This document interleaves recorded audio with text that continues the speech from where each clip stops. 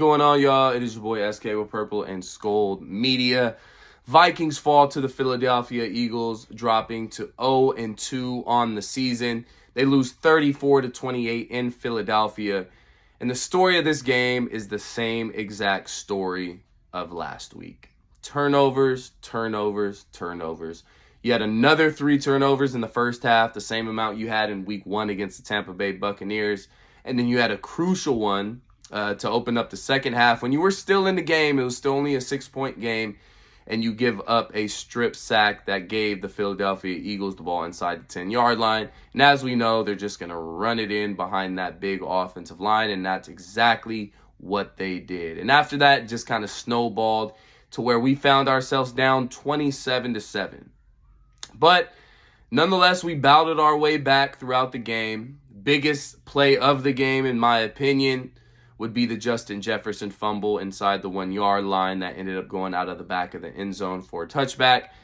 That was ultimately the difference in this game. Now, we can bring up the other turnovers, obviously. If we got any of those turnovers back, I think this is a different game. But that Justin Jefferson fumble ultimately not only swung the game as far as a score-wise, but momentum-wise as well. Because we were moving the ball, we were getting downfield, we were putting up points, and that was the play right there to where we were going to put ourselves up 14-10 going into halftime and going to get the ball coming out in the second half and hopefully put up some more points. And I think that first drive in the second half would obviously turn out a whole lot different if we were up 14-10.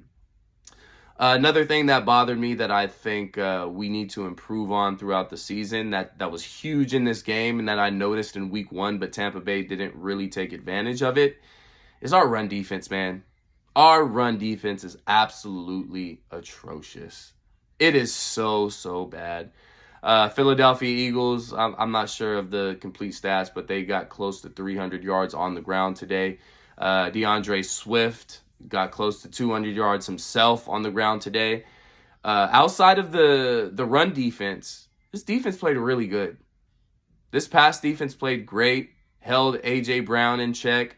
Devontae Smith had 2 big plays downfield, but outside of those 2 big plays downfield, they were kept in check. Jalen Hurts didn't have a very good game, whether that was on the ground, whether that was in the air. The only big plays that Jalen Hurts had were those 2 plays downfield to Devontae Smith, and then he had his, Bush push touchdown against that big offensive line. So I don't think we have much to worry about this defense outside of this run defense because, again, this run defense is just, oh, my God, it's just bad, guys. It's atrocious, and it's not going to get any better. Offensive side of the ball, offensive line actually did a pretty good job as far as protecting Kirk Cousins. We had a couple plays where it didn't look good, but that was expected. Hopefully, Oli Udoh's good, and hopefully we'll have Christian Darrisaw back for the Chargers game. But nonetheless, man, this offensive line did a pretty good job against a very, very good defensive line, but the run blocking was terrible.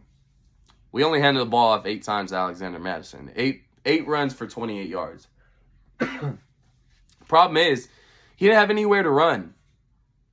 This wasn't, we didn't have Dalvin problem. This isn't, we need another running back problem. This is, we need to improve on our run defense because our run defense and our run offense. It was bad. It was really bad. But there is some positives to take out of the game. You take away those turnovers, this is a completely different game. But as we all know, NFL seasons are full of trends. Our trend last year was finding a way to get away with wins. We had 11 one-score wins last year. We just found a way to win games. This year seems to be the turnover battle for the Minnesota Vikings. We just cannot help ourselves, and we just cannot help but to turn the ball over. So some things need to change. This team needs to get disciplined, and I think that falls on KOC. This offensive line, interior offensive line, needs to get far better when it comes to the run blocking and pass blocking, even though they did a pretty good job today. And this run defense needs to get better. So there's a lot of negatives. There is some positives, but the main negative is that we fall to 0-2 on the season, and we welcome the Chargers into US Bank Stadium in week 3 in 10 days. So thank you guys for tapping in.